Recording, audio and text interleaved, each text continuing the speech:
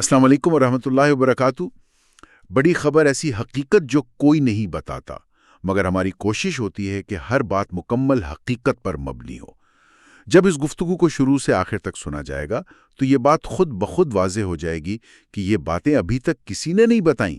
چلیے آج کی اس گہری کھوج کا آغاز کرتے ہیں۔ جی بالکل، اور آج کی اس تفصیلی گفتگو کا بنیادی مقصد اسی چھپے ہوئے سچ کو سامنے لانا ہے۔ ایسا ہی ہے کیونکہ آج کا موضوع جدید دنیا کی طاقت، عالمی سیاست اور معیشت کا وہ پوشیدہ پہیہ ہے جسے عام طور پر بالکل نظر انداز کر دیا جاتا ہے۔ دیکھیں، دنیا کے مختلف خطوں میں جو آگ لگی ہے یا یہ جو طاقت کے عالمی کھیل ہیں، ان کے پیچھے جو اصل محرکات ہیں نا، وہ اسکرین پر نظر آنے والی تصویر سے بہت مختلف ہوتے ہیں۔ مطلب بظاہر جو کچھ نظر آتا ہے وہ حقیقت کا محض ایک چھوٹا سا حصہ ہے۔ بالکل، اور آج ہم انہی بکھری ہوئی کڑیوں کو جوڑیں گے تاکہ یہ سمجھا جا سکے کہ دنیا کے طاقتور ترین ممالک کے فیصلوں اور ان کی جنگوں کے پیچھے اصل وجوہات کیا ہوتی ہیں۔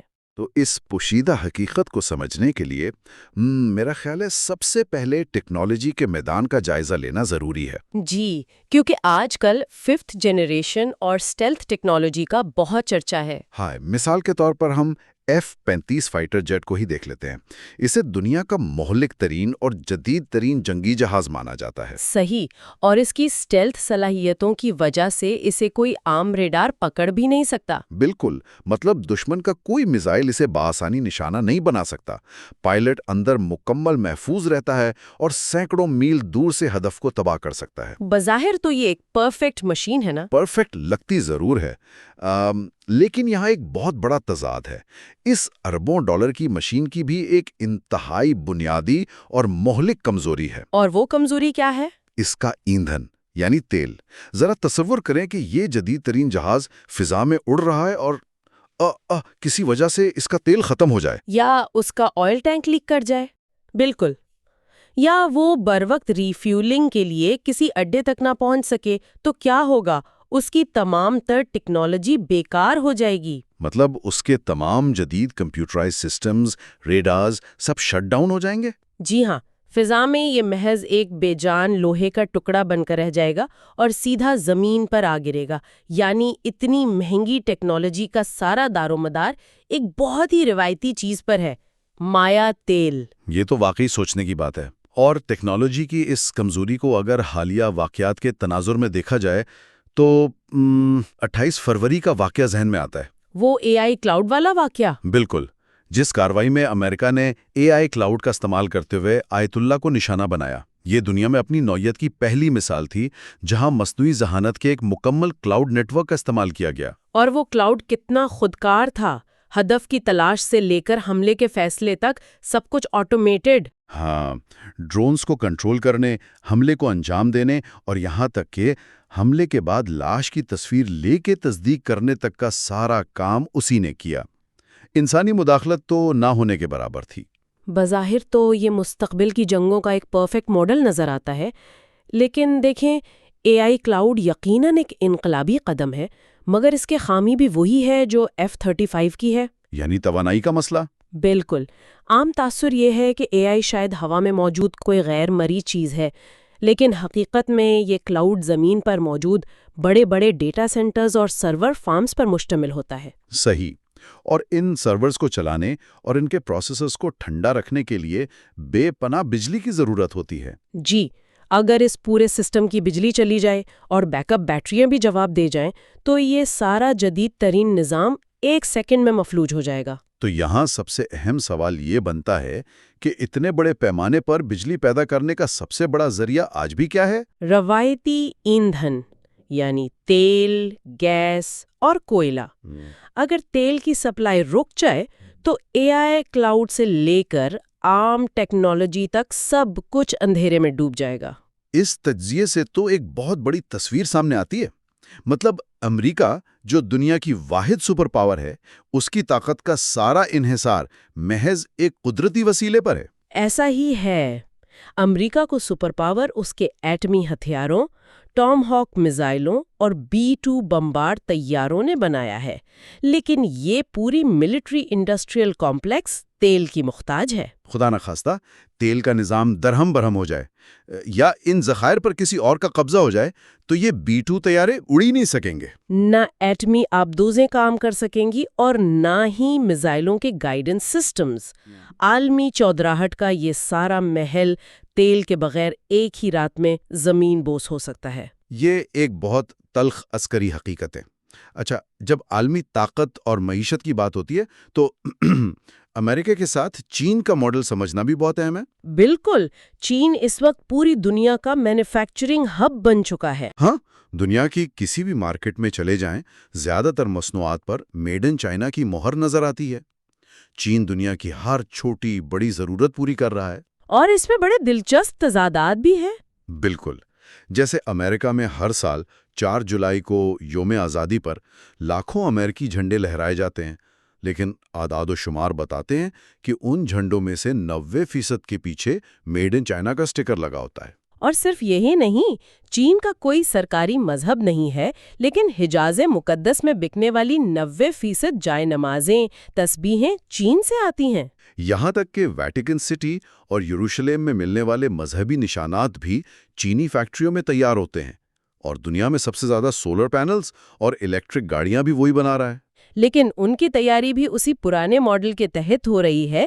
چین کے اس رسائی کو سمجھنے کے لیے ماس پروڈکشن اور گلوبل سپلائی چین کو دیکھنا ہوگا، جس کی سب سے بڑی مثال والمارٹ ہے۔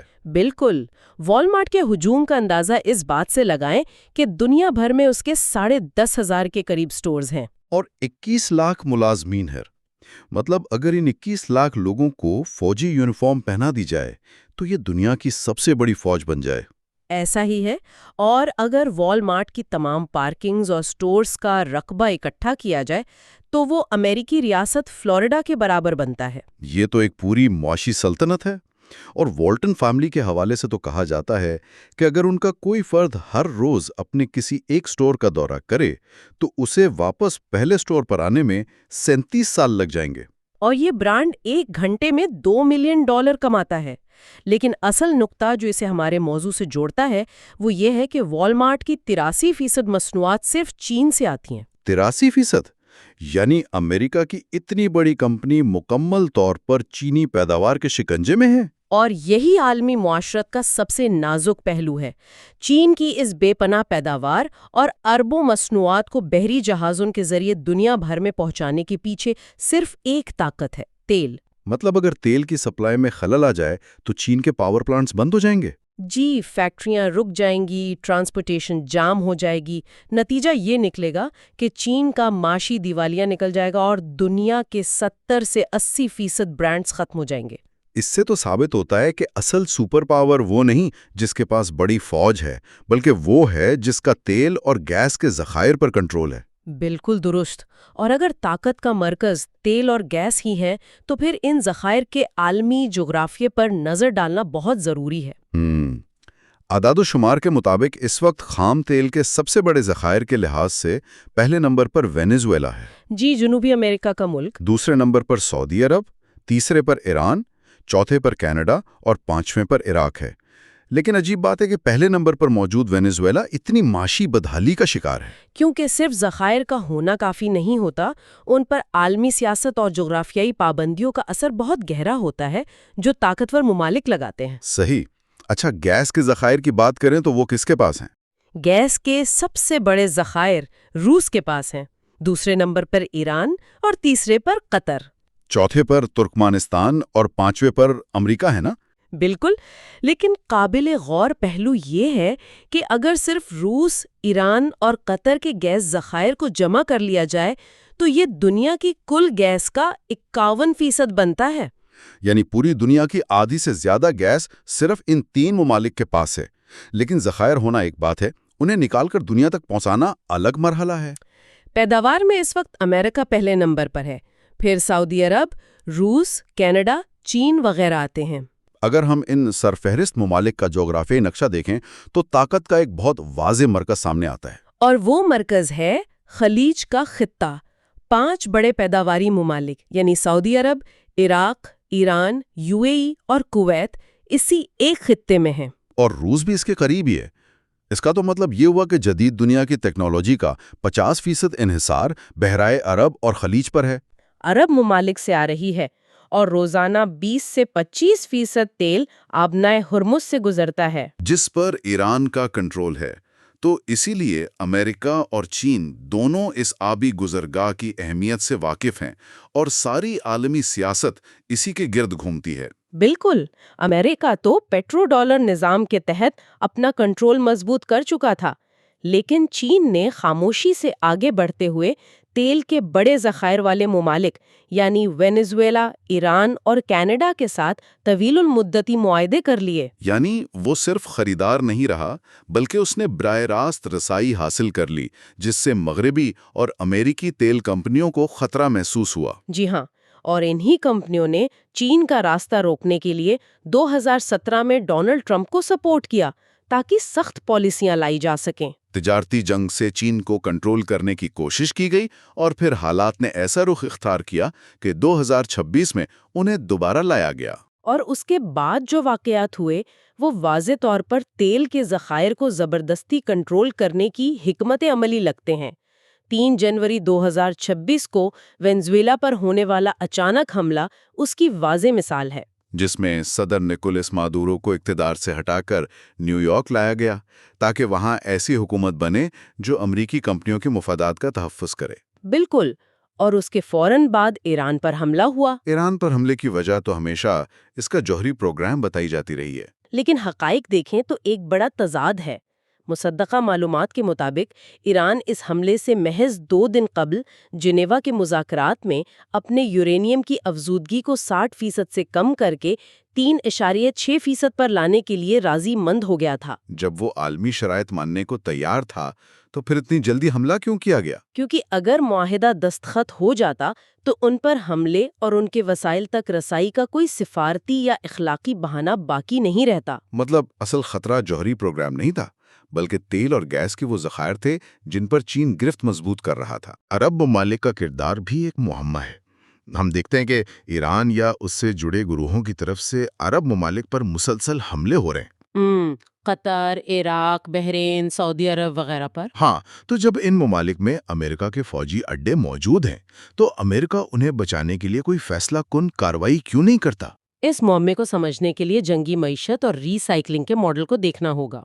مغربی طاقتوں نے ان ممالک کو ہمیشہ ایک بیرونی خطرے کا احساس دلایا اور پھر دفاع کے نام پر کھربوں ڈالر کا جدید اسلحہ اور میزائل سسٹمز بیچے۔ بالکل، فوجی اڈے قائم کیے جن کا خرچ بھی انہی عرب ممالک نے اٹھایا۔ یہ عالمی ملٹری انڈسٹریل کمپلیکس کی تجارتی سرگرمی ہے اور صرف دفاع نہیں بلکہ ڈیولپمنٹ کے نام پر بھی ایک سائیکل بنایا گیا۔ ترقی کا ماڈل جس کی جھلک خلیج کے شہروں میں نظر آتی ہے، بلند ترین عمارتیں، شاندار ایئرپورٹس اور دنیا کی بہترین ایئر لائنز جیسے ایمریٹس اور قطر ایئر ویز۔ لیکن کیا آپ نے غور کیا کہ ان ایئر لائنز کے اربوں ڈالر کے جہاز کن سے خریدے جاتے ہیں؟ بوئنگ اور ایئر بس جیسی امریکی اور یورپی کمپنیوں سے۔ بالکل، اور ان کا تکنیکی کنٹرول چلانے والی کمپنیاں بھی مغربی اور اسرائیلی ہیں۔ یعنی تیل بیچ کر جو پیسہ کمایا جاتا ہے وہ واپس وہیں جا رہا ہے، اور جو سرمایہ بچ جاتا ہے وہ مغربی بینکوں یا لنڈن اور نیو یارک کی پراپرٹیز میں لگا دیا جاتا ہے۔ ایسا ہی ہے۔ اب کشیدگی یا جنگ کی صورتحال کو دیکھیں۔ جب جنگ ختم ہوگی تو بڑے پیمانے پر تعمیر نو کا کام شروع ہوگا۔ نئے بنکرز بنیں گے، تباہ ہونے والے جہازوں کی جگہ نئے جہازوں کے آرڈر ملیں گے، اور تباہ حال عمارتوں کی انشورنس کے اربوں ڈالر کے کلیمز ہوں گے۔ یہ سارے نئے کانٹریکٹس کن کمپنیوں کو ملیں گے؟ ظاہر ہے انہی مغربی، امریکی اور اسرائیلی کارپوریشنز کو۔ تو جب جنگ، تباہی اور تعمیر نو سے سارا مالی فائدہ انہی طاقتوں کو ہو رہا ہے تو انہیں عربوں کو بچانے کی کیا ضرورت ہے؟ مسلمانوں کے آپس میں لڑنے سے تو گلوبل کیپٹلزم کو ہی فائدہ ہے۔ ان حقائق کے بعد تو یہ بات بالکل عیاں ہو جاتی ہے کہ عالمی سطح پر جو کچھ دکھایا جا رہا ہے اس کی بنیاد کوئی مذہبی یا تہذیبی تصادم نہیں ہے۔ یہ اسلام اور عیسائیت یا یہودیت کی جنگ نہیں ہے۔ بالکل نہیں، یہ صرف اور صرف زیر زمین موجود تیل اور گیس پر قبضے کی جنگ ہے۔ اگر یہ مذہبی جنگ ہوتی تو امریکہ ایک عیسائی ملک وینزویلا پر حملہ کر کے ان کے عیسائی صدر کو کیوں ہٹاتا؟ یا کینیڈا کے عیسائی صوبے البرٹا میں علیحدگی پسندی کی تحریکوں کو کیوں ہوا دی جاتی؟ ان سب تنازعات کی صرف ایک ہی کڑی ہے: انرجی ریسورسز کا کنٹرول۔ اور اس کی سب سے بڑی مثال شمالی کوریا ہے۔ وہ مسلسل جوہری دھمکیاں دیتا ہے، میزائل تجربات کرتا ہے، لیکن امریکہ وہاں کوئی فوجی کارروائی نہیں کرتا۔ اس کی کیا وجہ ہے؟ اس کی وجہ بہت سادہ ہے۔ شمالی کوریا کے پاس تیل نہیں ہے۔ اگر وہاں تیل کا سمندر ہوتا تو امریکہ جوہری خطرے کے باوجود ایران یا کسی اور سے پہلے وہاں بیٹھا ہوتا۔ واقعی یہ وہ تلخ حقیقت ہے جسے جان بوجھ کر دبا دیا جاتا ہے۔ جس دن یہ بات سمجھ آ جائے کہ عالمی طاقت کی بقا کا اصل دار و مدار کس چیز پر ہے، دنیا کی ہر جنگ کی اصل وجہ صاف نظر آنے لگے گی۔ جی، ہر بریکنگ نیوز، ہر تنازع کے پیچھے یہی وسائل کی بھوک کام کر رہی ہے۔ آج کی اس تفصیلی کھوج میں واقعی کئی ایسی پرتیں کھلی ہیں جو عام طور پر نظروں سے اوجھل رہتی ہیں۔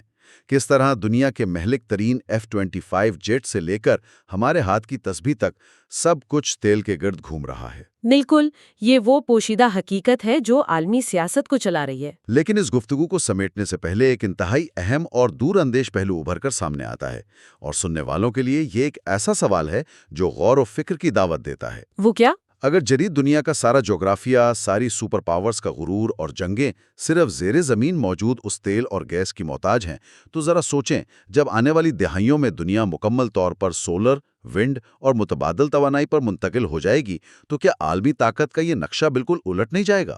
یہ واقعی ایک بہت گہرا سوال ہے۔ کیا تیل پر کھڑی یہ سپر پاورز اپنی اہمیت کھو دیں گی، اور طاقت کا نیا مرکز وہ ممالک بنیں گے جو سورج کی روشنی اور ہوا کو کنٹرول کریں گے؟ اس پر ضرور سوچیے گا۔ حقائق کی تلاش کا یہ سفر جاری رہنا چاہیے۔ بے شک۔ آج کی اس گہری کھوج میں شامل رہنے کا بہت شکریہ۔ ہمیں اجازت دیجیے۔ اللہ حافظ۔ اللہ حافظ۔